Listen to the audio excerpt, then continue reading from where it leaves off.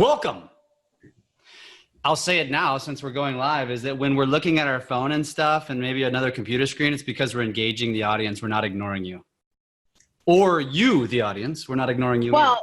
we also just never know quite when it's going to show up. And we only, but we are live. We are live today with Brad McCallum. And I'm so excited about this episode here. It was my idea to have him on. I'm going to claim it. Because he is crushing it in video. And so I wanted to have him on to have him share with our audience kind of how he got started, how long he's been in the business, and how it's paying off, and all of that. So join us in this episode because this is going to be an interesting one. You're going to get a lot out of it.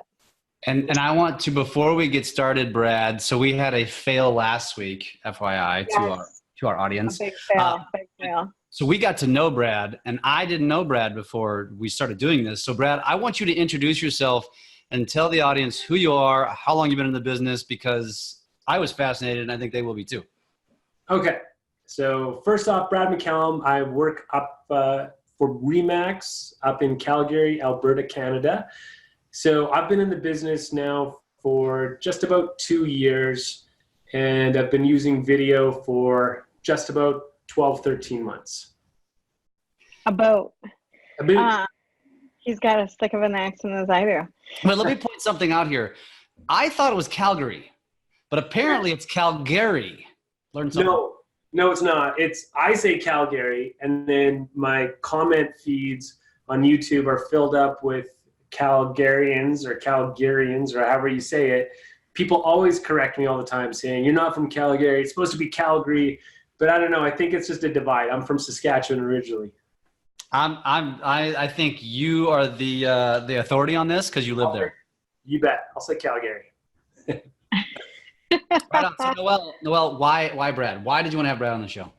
Well, if anyone follows Brad, they're going to quickly see that he is putting out a lot of content and very consistent and very well done content, very well produced. And something that I don't do a lot of, which is listing videos. He does a lot of them and they're entertaining to watch and they're great. And so I wanted to talk to him a little bit about his process and how it's panning out, because it's interesting to hear the story. Well, I can first off, Noelle, thank you so much for setting this up. I'm super excited to be on here. I'll tell you why I chose listing videos of all things, because it kind of goes back to when I first got into real estate and what I did prior to real estate. I actually have a renovation and design company that I'm slowly kind of winding down, or at least stepping back from such a leading role in it as I'm getting really, really busy with my real estate business. But both in the real estate side of things and in my renovation design side, I really like the creative part of doing it. So I really enjoy the creative part of marketing. So I'm starting to fall in love more with the analytics and the delivery and all that sort of stuff, because that's really where the gold is. You know, you can create awesome content, but if you don't get it in front of the right people, it doesn't matter.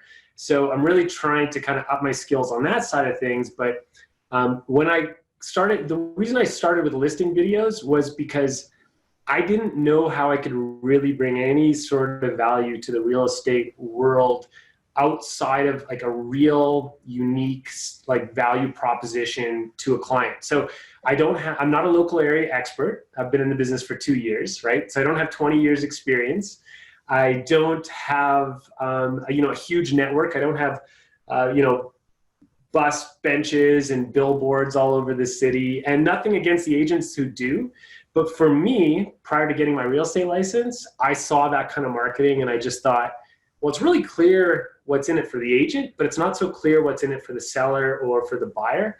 So for me, I thought, well, I can marry this creative side of my brain with the desire to actually provide like something of real value to the seller. And then that would hopefully attract more business. And it was definitely a long play. I mean, I haven't been in that long, but like 10 or 11 months before I started to see some of the development from it. And then all of a sudden when it starts to come, it comes fast. Yeah. Yeah, well, and that's so true. So maybe talk about your transition a little bit with the actual how you got started, what kind of equipment were you using to what you're doing now with it, and then I think we'll Sure. go. So some of the first stuff that I kind of put out was I would be sitting at like an open house that was really quiet, and I would film myself, you know, like just doing dorky stuff, and I'd edit it on iMovie, and I'd release the video, and that video I just saw really quickly, like friends and family, who got way more engagement and just way more views and way more interest. And because I still have a hard time with this whole sphere of influence, like marketing to your sphere of influence. And I think the best realtors understand that you aren't ever calling your friends and saying, hey, do you know anyone wanting to sell or buy a house? Like the best realtors are best communicators are just out there talking about their days, sharing their stories, sharing their successes, their failures, all that sort of thing. And then people see that they're busy in their business, and sort of is like a law of attraction, right? They just think, oh, okay, well, I see that guy doing real estate stuff. So I got my license, and I got a listing the first day, and I got my offer in the first like 6 hours. Like I literally picked up my license, signed with my brokerage that morning, went and signed a listing agreement, and got it sold the first day. I was like, wow, real estate's super easy. And then of course that deal fell through, and it took like 3 months to find another buyer and stuff. But I would say I realized at that point in time that I wasn't gonna, like, for me, like getting in front of the phone and just talking I wasn't as comfortable with it. I really liked having a chance to like think out what I wanted to say, script my words, and put something together there. So I made an investment. Like we always had a decent camera because my wife's a photographer, but I just made an investment into some good equipment because I knew that was the path I wanted to take. And I got to tell you, like the very first video I did, it was actually, my dad's a builder. I had to beg him to get the listing. Like it was like, you're never going to see my kids again. Never. Right? Like you are never going to see my son again. Like you're doing this for our family. And we got the listing, and I spent 6 hours there with my new gimbal, my new Sony A7 R3, and a good lens. And I was just about exhausted. I felt like I'd ran a marathon by the end of it. But when I got home and started to see the footage, I like the way I kind of got to where I am. And if anyone has a chance to look at any of my videos, which I'm honored for every time someone takes a look, you'll see that I really geek out on the video side of things, like speed ramps and really smooth movements. And I want any listing, whether it's a really low-end apartment that is unrenovated and should be condemned, or a $2 million property, I want all of them to like absolutely stand out and blow all the neighbors, all the competition away for how they're marketed. So that's why I kind of made the investment into the equipment early on. And I can tell anyone out there, if you make the investment into the equipment, the first time you see the videos back on your computer, and you start to see like you've nailed your settings and all that stuff, you're gonna fall in love with the images. Well, and so the camera that you're using is what we use for most of our produced stuff. Cool. Too. Very similar. And you know, I get asked all the time, like, what camera are you using? Blah, blah, blah. But you know, it's really important first to just figure out what your content is going to be and master that, and then do the produced stuff. So you don't have to get so caught up in the technical, which is Jeff and my constant conversation. However, if you are at all interested in it, it is well worth your time to learn the equipment and to figure it out and make an investment in good equipment, because it does make a difference. For sure. I would say here, and this probably goes back to maybe my own insecurities, but my own insecurities were like, what I wanted to do was I wanted to pick the highest barrier of entry. So like someone could grab their phone and talk to it, and they could be more witty, more charming. They have a larger follower base. And for me, I didn't 100% believe it yet, like even believe the words coming my own mouth. So I just thought, okay, well, I got to do. I'm noticing you also have something that we can talk about. Little moment lens, moment case. So there's, yes, you don't need to spend $8,000 or $9,000 on equipment. You can get incredible footage with your cell phone and all that stuff. What I would tell anyone who wants to say up their level, I would just say do it incrementally. Like do it video to video, add one new technique, like add one thing, because it's way too much to become a filmmaker overnight. But every new video, like I don't follow as many realtors online. I'm like, there's like guys like Chris Kwan and Noelle, you do amazing stuff. So there are people that do like phenomenal stuff, but the vast majority of stuff out there, I go to actually like filmmakers like a Peter McKinnon or a Matty Hapoya or some of these guys, and I'll watch their tutorials on like how to make 3D tech move and how to do that kind of stuff, how to edit and how to shoot. Totally. Are you editing in Adobe Premiere? Mm-hmm. Okay. Yeah. And you know, this is something that I've talked about before too with people that are interested. I took an entire summer and spent that summer watching a whole lot of YouTube and YouTube tutorials and just monkeying around. I mean, if something doesn't turn out, just delete it. It doesn't matter, but I had fun with it. And so you do have to kind of enjoy it to make it worth your time. You do. I would make it like for me. So here's the argument for anyone who's at this point in the video starting to tune out and say like, okay, too much, too technical. This is way too much, right? I would say the argument for making remarkable, like if you can make remarkable content and like those aren't my words. Like I've had enough people now come back and say, Brad, I really like what you're doing. Like it's different or it's really slick or smooth or looks professional. That I would say the argument for going to that level, to geeking out on that level, is it gets so much easier with each video, like with every, and once you start to there's like that little beginning part where you got to try to understand your settings, like, oh, this makes it brighter, this makes it darker, this makes it grainy, this makes it smoother, whatever. As soon as you get past that first little investment of knowledge, all of a sudden you are 80% of the way there. Like at this point in time, I'm increasing my skills so marginally. Like now it's more about trying to increase the real skills of like storytelling and that side of things, the stuff that will really make a difference in my business and everyone's business. Well, and I'm going to say about you just hold on, Jeff, gosh. Since I started watching you and watching your videos, which we met at Rehumanize this year, and then I started following you back. Stop it.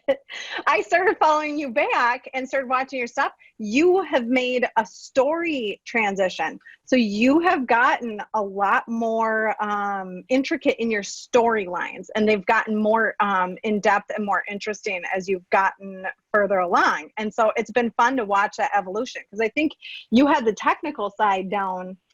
Yeah. But then you had to get the content side down. And see, people, not everybody can do the content right away. Some people can do the technical right away, and it takes them a little bit to get to the content. For sure.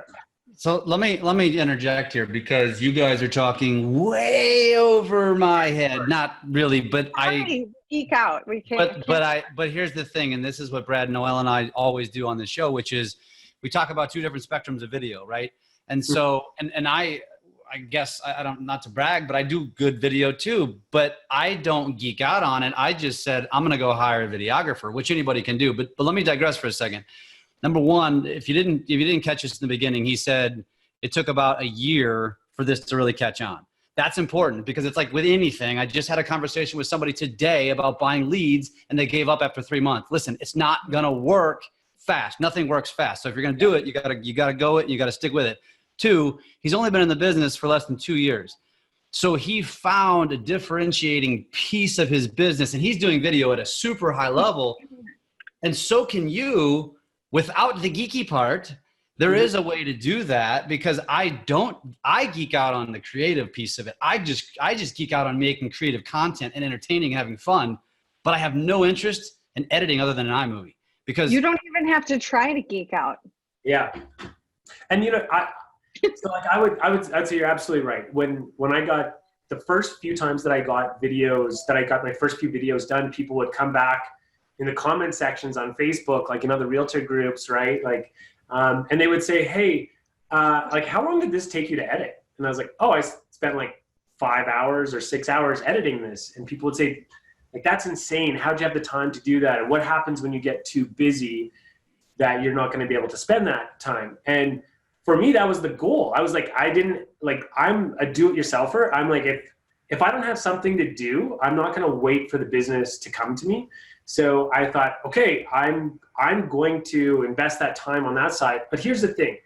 After 10 months, it started to cycle. And so I started to get leads coming in. I started getting my first few calls like 3-4 months ago, where people would send me a comment on YouTube saying, hey, would you come list our house? And like, never met me before.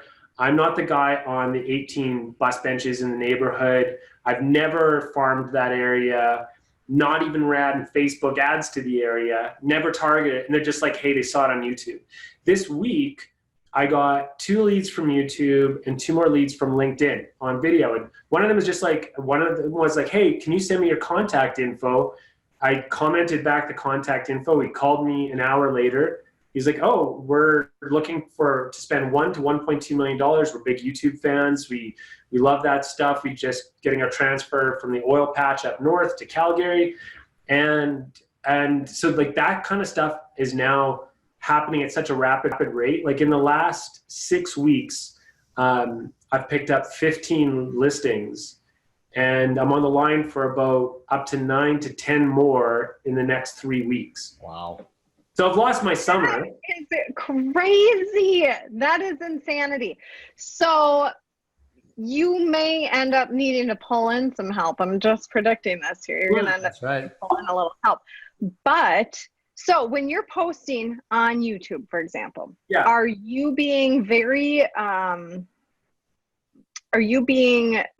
careful with how you're doing your SEO and all of that within your descriptions on YouTube?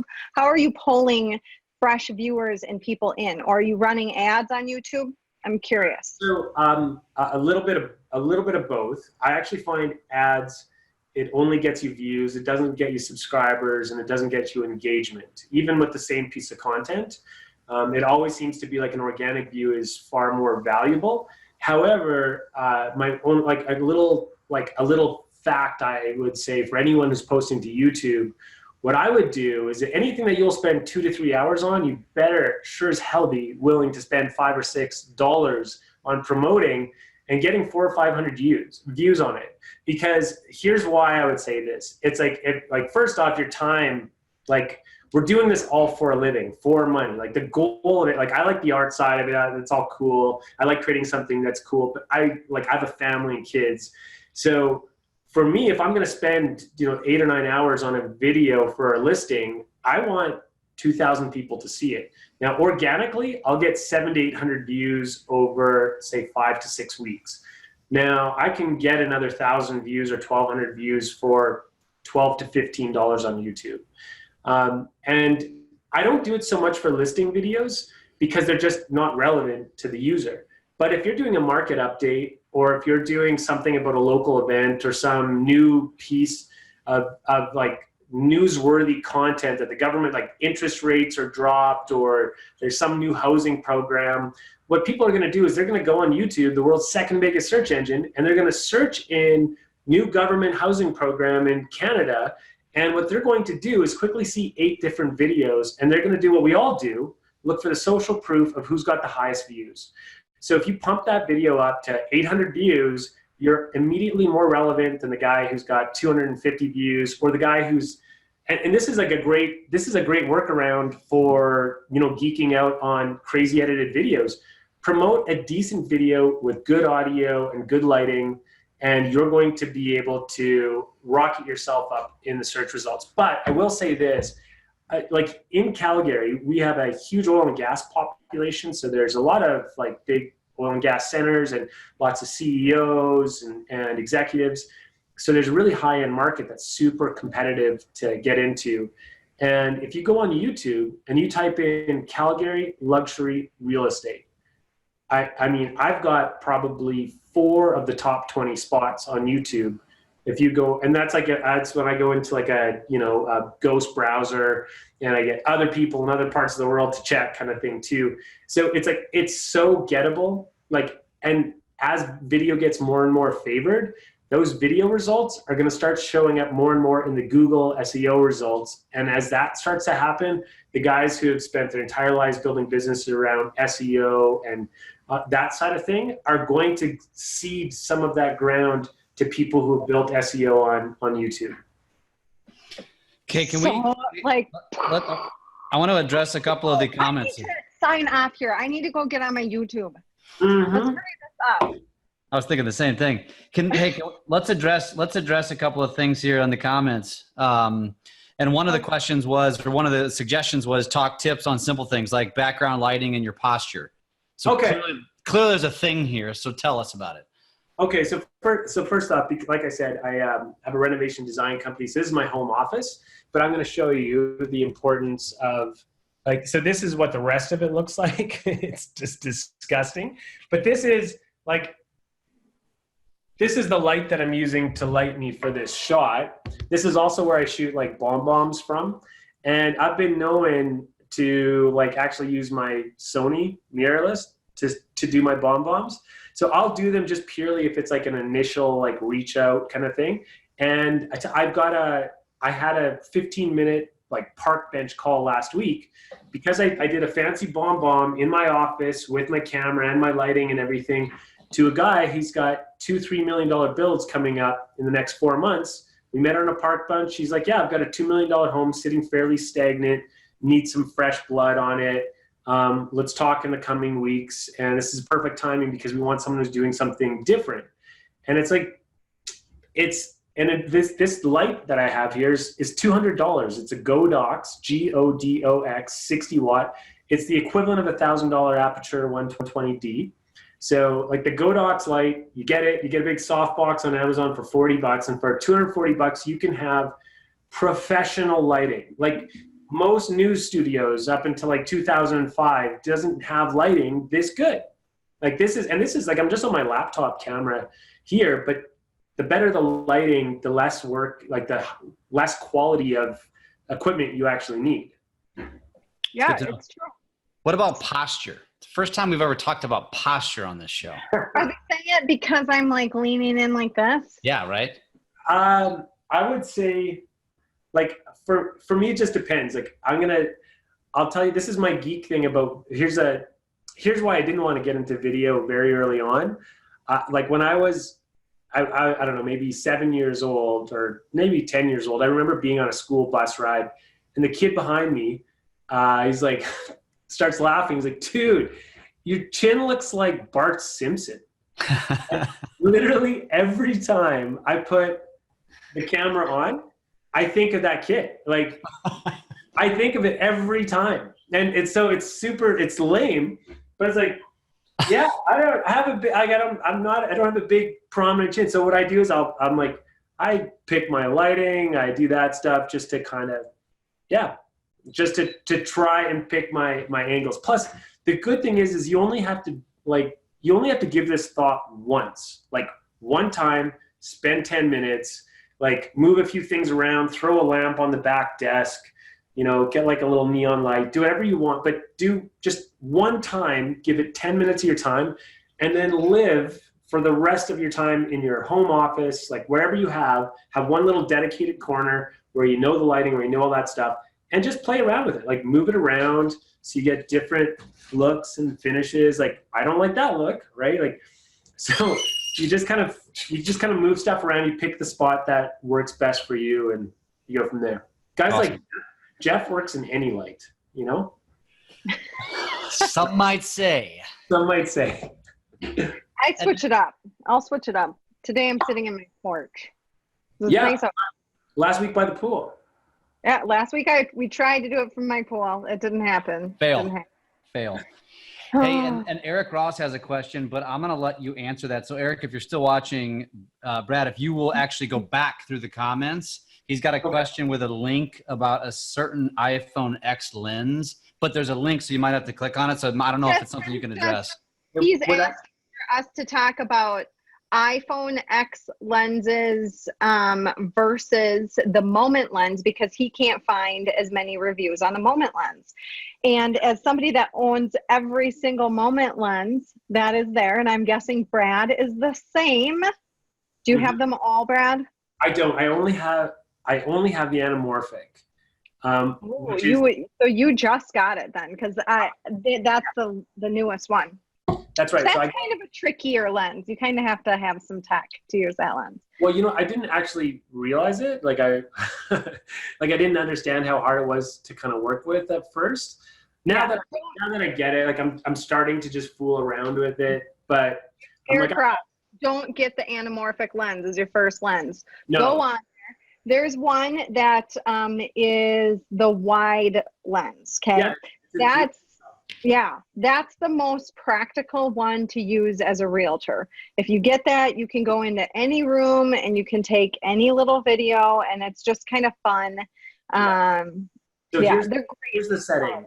Here's the setting that you want to use. All you want to do with your iPhone, you want to put it, if your iPhone shoots 4K and 60 frames per second, you set your phone on 4K, 60 frames per second. You put it on like $100 DJI Osmo gimbal, something like that. If you put the lens on and it overweights it a little bit, just hang some quarters off the other side or something. And then all you have to do is when you walk around the house, it's like the wide angle is so important. What I find the only important thing to keep with that is just keep it at one height. Like agents will go up super high, it'll skew things, or down low, or something. Keep it around like, I don't know, mid chest kind of thing. And when you walk around and you do it, just don't move too fast. Like the first time people get gimbals, they're like amazed at how steady they stay. So they're just like panning all over the place, and it looks ridiculous. It's hard to follow. So what I've realized with all of my videos, what you'll notice with gimbals, and when you do that with your iPhone, is just pretend you're a photographer and move from one photograph location to the next location where your photographer, like where you'd want your photographer to shoot from. So if they're from this corner of the room, and then you want one from this way, pointing back down, and then you want to move over here, you move to that spot and you stop, and then you kind of move up and then you stop. But you stop at each one of those angles that you want to slow down on. And that's what I've only noticed sort of through experience seems to be the difference between what I'm doing and what a lot of other people are doing. Because I think of the video side of it first, like I'm a photographer. Love it. Yeah. And this right here, by the way, is a wide angle lens for your cell phone, and it's like $12 on Amazon. Yeah, exactly.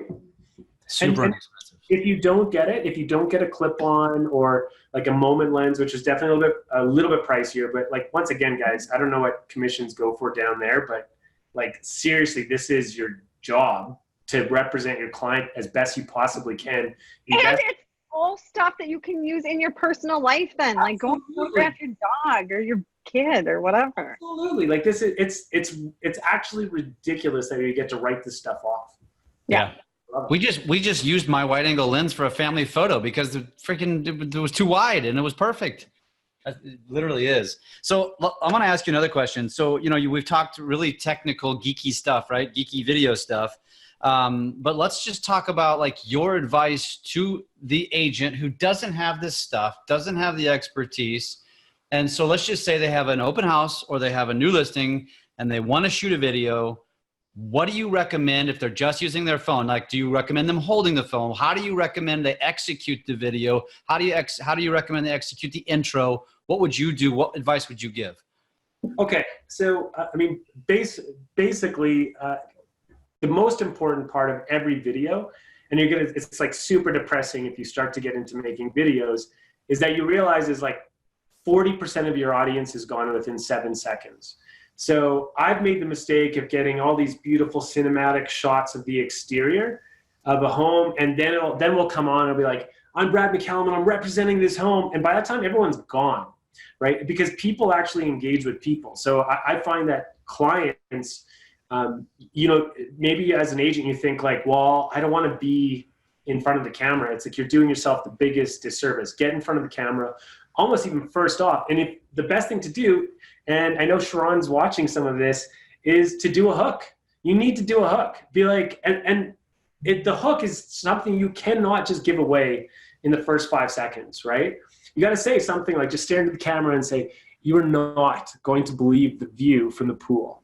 And then from there, it's like, you've bought 15 seconds more of their time, and that's all you bought. So you better be either getting to the pool, or you better have some other stuff that leads them, like breadcrumbs along the way, some things. But so what I've just found that it's just so super important to either have a hook or to do a pattern interrupt really quickly. So if you start with, that's why most YouTube videos you'll see, they'll say like 1 second, like today's video is our top 5 tips on how to sell in a buyer's market. And then boom, it's like the intro rolls for 5 seconds. And it's like, it just tells the brain like, okay, something's different's happening. And then boom, they're in a different setting.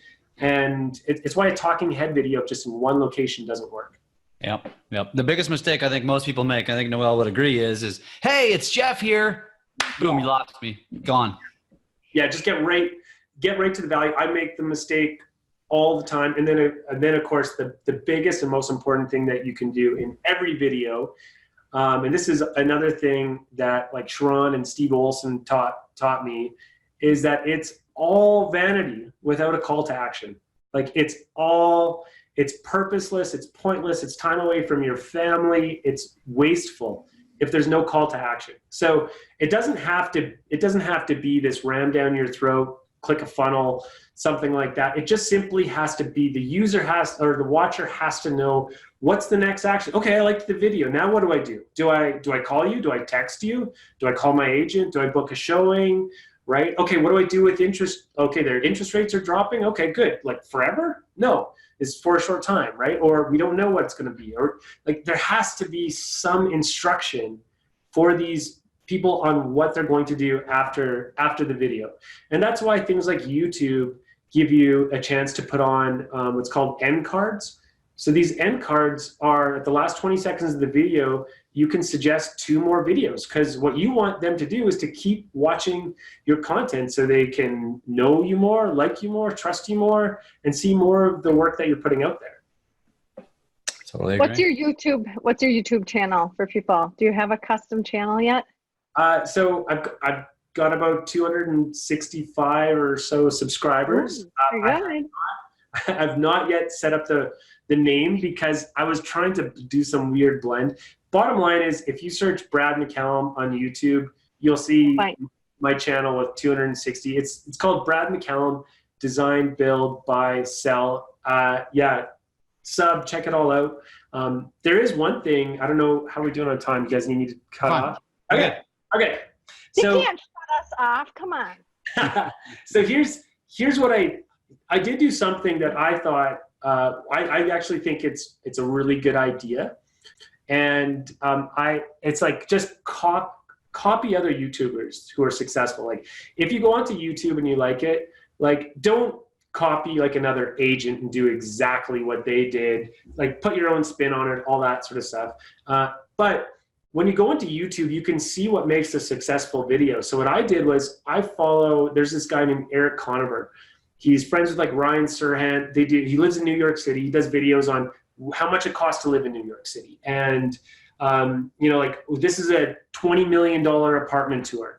And so I realized, hey, no one is doing these apartment tours in Calgary. Like no one's doing a luxury home tour in Calgary. And so what I did was I went and looked at like the top 7 or 8 listings in my city, and I saw none of them had video marketing on them, which is just crazy to me, by the way.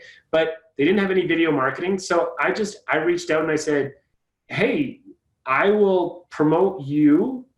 I'll say, hey, John with Royal LePage or whatever brokerage you're with, tell us about your amazing listing and let me and my wife walk around the house. And in the end, they were like, we don't know much about the listing. We don't really want to be on camera. Why don't you guys walk around? And we're like, yes, okay, why don't we? And which was good about it, like I don't belong in a $6.5 million house. And if you watch what our idea for the show, which was called $1 Million Tours, just like $1 Million Listings, New York, $1 Million Listings, LA. If you watch our $1 Million Tours episode, you'll see really simply like, it looks like my wife and I broke in. Like, it doesn't look like we belong there. We Oh, stop. like, no, it totally does. For sure belongs there. Oh okay? yeah, she's beautiful, and we are like, we walked around and we're like, wow, this is like a lot. This is a lot. This is a big house. But what was neat about it was just, I would have thought no other agent would have let me do that. I would have thought that it was that, you know, to get into luxury listings, you had to be in this super inner circle. And as it turns out, like everything else in life, this was the benefit. This is another argument I would say for investing a little bit into your skills. As it turns out, it's like you could provide that builder or that owner or that other realtor value just in a pure exposure, which is what sells homes anyways. And by creating some great content for them, and all they have to do, like for them, it doesn't cost them anything. Yeah. And like, so, and plus, who knows, maybe 6 months from now, when some of these other homes don't sell, or I'm on a listing presentation for a $1.5 million home, maybe I can say, oh, listen, I've been in these homes all the time. Like, you've maybe seen my videos on YouTube, right? So just perception. Yeah. It's all perception, you know, and that's the thing. And if you can get collaboration with other agents that already have the business and they don't want to go to the effort of the marketing and they're just going to say yes, go for it. That's the thing. I think everyone would say when they first start, if you want to get into video and you don't have any listings, you don't even need it. Like, it doesn't have to go be $1 million listing or something like that. Just go to like a local builder that has a spec home and just say, hey, do you mind if I come and film it? Like, after your That's what I did when when my very first video, I reached out to a builder and said, hey, I know you're already represented. I need a home to film. Can I film inside your home and I'll give you the footage? And he was like, absolutely. Yeah. And so what is that builder here? Hey, I'd like to give you a bunch of value. It's going to be all my sweat equity and time. I'm going to be super invested in how it turns out because I want this to be successful so people can see what I can do. And you're going to get all the benefit, or the other agent, right? And it's like, who cares? Like, if that's the only video you're ever going to do, don't do it for someone else. Yeah. But if this is going to be the start of something, you just need to get some reps in. So Noelle, what happened? The worst that can happen? They can say no, right? What happened? What happened with yours? With me? No, with Noelle. With mine? Well, I posted, so it was a video that I did, like a lifestyle video. It was before these really came out, right? So I did kind of a lifestyle video of me as an agent giving a tour to buyers, and I wanted to do it in a luxury listing because that's what I wanted to be targeting. And then after I did it, I just took it and started running my video. And like Brad said, he's been doing it for 2 years now, and it took the first year of doing it.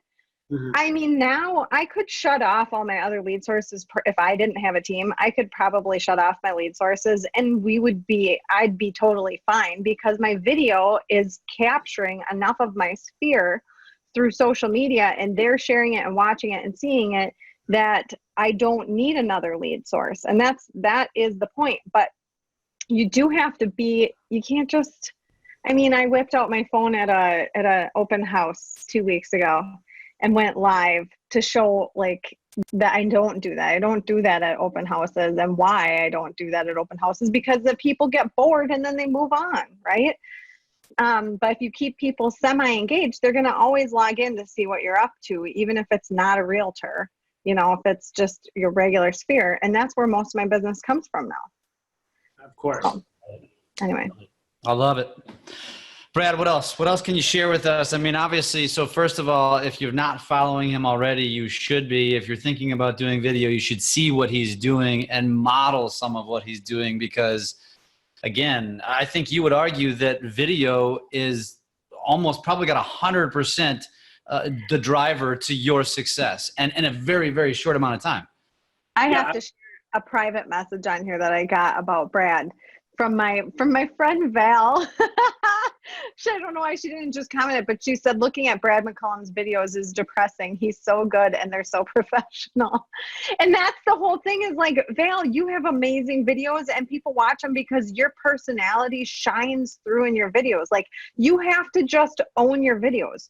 Don't let Brad's skill depress you. Let it encourage you that there's a constant goal that, you know, do realtors look at like these agents that are doing 100, 200 transactions a year and say, wow, that's it. I'm not going to be a realtor anymore because no, they still go out and try to sell houses and look at video the same exact way, right? I would say this. I would probably like to sell as many homes as Val does, you know, and do less quality villas. Val sells a lot of real estate. Yeah. Exactly. So I would say, yeah, I would say video for me, it's opened up a whole lot of different opportunities. Like I got asked to, I've got my first 30-minute speaking gig at Remax, like nice. The Canadian thing, which is kind of neat. Super excited about it. Just to simply talk about using video, like the idea of trying to kind of like up your game a little bit. Nothing wrong with anyone and all the different styles, because I go to like a couple of different great real estate Facebook like video centric groups, and these groups are the source of so much inspiration on storytelling, on being real, on being honest, on different ideas. It's a chance to kind of share some of the stuff that I've learned, and it's a chance to like just be a total student of these people who are doing incredible stuff. And the thing is that like some of the videos that I've put out that have been more storytelling, with not the fancy camera work and stuff, the stuff that takes like 2 hours to edit instead of like 3 times that. It's some of the stuff I'm most proud about. So I'm trying to kind of blend those two worlds. Like I'm trying to figure out how to get people to kind of stay with it and learn a little bit more about who I am. I've got my beautiful wife is in the videos with me. She's super nervous on camera. And yes, as soon as anyone watches those videos, like she's my wife, like serious, like 100%. Like it's not put on. She's not a paid actress, but like seriously, she's uncomfortable with it, and we're figuring this thing out from video to video. We're trying to get more comfortable telling stories, and we're just enjoying the whole sort of process of it. I would just encourage everyone to step up your game, because the thing is like the flood of video, like the tide is rising. And you're either going to drown in it, or you can be like up in the boat helping people get on with you, because you have an opportunity here. I think, see, like in my own market, I've got to like my goal is to try and do video at such a high level that people in my market are like, well, I don't want to do video, or I'm going to feel foolish in front of the camera and look what they do and stuff. They have no idea that we took 15 takes. Like today, today I was doing a Little Mermaid parody. It's terrible. It's terrible. I'm ashamed of it. It's not what I've done. I almost never see any of the real estate parody videos and think like, oh, I should do that. Like never. And like there's like 1 in 100 actually turn out really good. And so mine might not turn out, but we did it today, and it's like it took us so many takes. But because I know how to edit, at the end, there's going to be the Vals of the world who are going to see that and think like, oh, that must have been super easy for them. And it's like, no, not at all. It's going to be really. You just took the time to do it. Yeah, and I guarantee you, Val could do it as good or better, or anyone out there watching, you can totally kill it with video. And it's like Sharon, I heard Sharon say this to someone the other day when they were like saying, had a comment about my video, and he's like, look, if you want to like get 40-50% of the way there, like just buy some gear. And it doesn't have to be the $4,000 camera and a $3,000 lens. It could be like a Sony, I think it's called an A6400. It's got a flip up lens, beautiful video footage, might cost you $1,500. And literally you're going to capture images that are just going to absolutely blow you away. So when someone says, hey, your phone takes 4K, like why would you need a camera? It's like, well, just look at the image difference and you'll see why you might want to make a small investment. But there's a difference between like your phone it doesn't go from phone to $8,000 and thousands of hours of tutorials. Like literally I had an agent from Fort McMurray, Northern Alberta, a good friend of mine named Melanie Galea. She came to Calgary.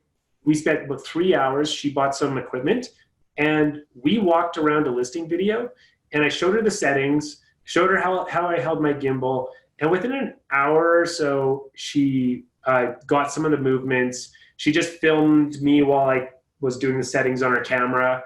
And I was like, there, just like when I have to change my settings, I have to go watch a YouTube video because I forgot why I set them to that in the first place. Yeah. So I showed her that, and about a week later, she sent me this video, and all it was OMG, OMG, OMG, OMG, and a link to her Dropbox. And I looked at the video, and I'm like, I all of a sudden was like, oh yeah, this is right. It's not that special. It's literally a little bit of investment into some uncomfortable territory.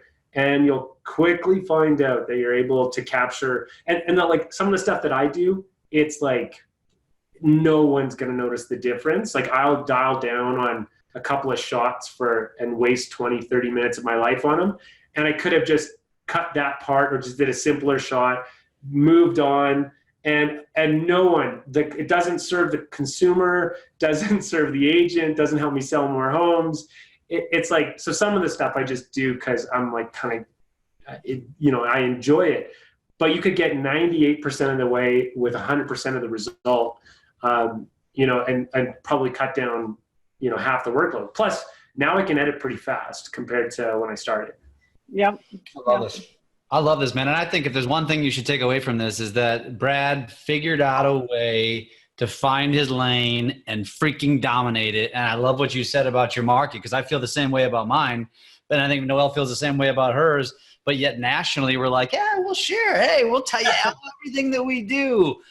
Because the reality is people, I mean, you said that, like the tide is rising, but it's really not rising that fast. And so there's so much opportunity for people. If you just get in the damn game, you're going to end up like Brad and have 25 listings where people are just calling him all the time. I'm embellishing just a tad, but that's about what's happening, right? I mean, you're crushing it.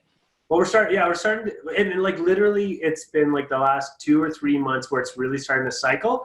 And so you keep thinking like, okay, like this is what's great about real estate, right? Like if I knew it was going to cycle up like this, I would have 3-4 months ago invested in training someone to help a little bit, even just on the paperwork side, like anything. But no, that's not the way life goes. Like, so now that like this big rush comes in and I'm pushing and using like every possible skill I've, learned in 40 years of life just to try and see if I can get this all out there. And it's tough and it's been hard, but it's like, this is the opportunity that it's created. And I'm just like, I just could not recommend it enough, especially like for like if you're not into door knocking or cold calling or doing all that sort of stuff. It's like everything works. Bus benches works, billboard works, direct mail works, everything works. It's just if you want to do it long enough and you want to make that investment. And I'll tell you, I just think the first time, and I believe more people are like me than not like me, the first time you've created something like this is like, guys, we're going back to like kindergarten and grade school here, where you have a sense of achievement because you created something you're proud of, and then you get to use it in your business. Like, it's ridiculous that that's even a thing, but you get to actually put this thing out there. And like, so at Rehumanize, I did a little vlog afterwards, because I just was at a conference and I put a little vlog on there and talked about my experience. I talked to other agents and the challenges that they had with video and how it's changed their sort of businesses. And I mean, like I was just so, it felt like a privilege to be able to tell the story and to be with all these other people. And all these agents all have different styles and their own things kind of thing, but they're all bringing the same sort of heart and passion. And they are bringing like a real sense of like, I think, creativity and achievement to real estate, like a database business, but yet they're finding that you zig a little bit when everyone's zagging, and all of a sudden there's leads over there. there's business over there. I love it. I love it. Well, I think we should wrap this up, Noelle. Yep. We're going on 8 o'clock. Brad, you have Great. this has been awesome. I mean, that's a good sign. That means, and we could probably just keep talking here. So I think we're going to have to do this again sometime. We'll have him back on. Absolutely. Well, Brad, thank you for joining us. Yeah, this was super fun, super informational. If people have questions, go follow him on YouTube, follow him on Facebook. You'll see what he's putting out. And comment your questions below because we'll moderate it and see if you've got questions, we'll answer them. So Yeah, Brad, don't forget to go back into the comments and respond to anybody in there. You are officially a celebrity. Welcome. Thank you so much, guys. I had no idea. I've gotten so many notifications on my phone. I've just been in the Zoom recording here, so I didn't even realize I was supposed to be on Facebook. Awesome, brother. Well, thank you so much, man. All right. Have a great night, everybody. See you guys.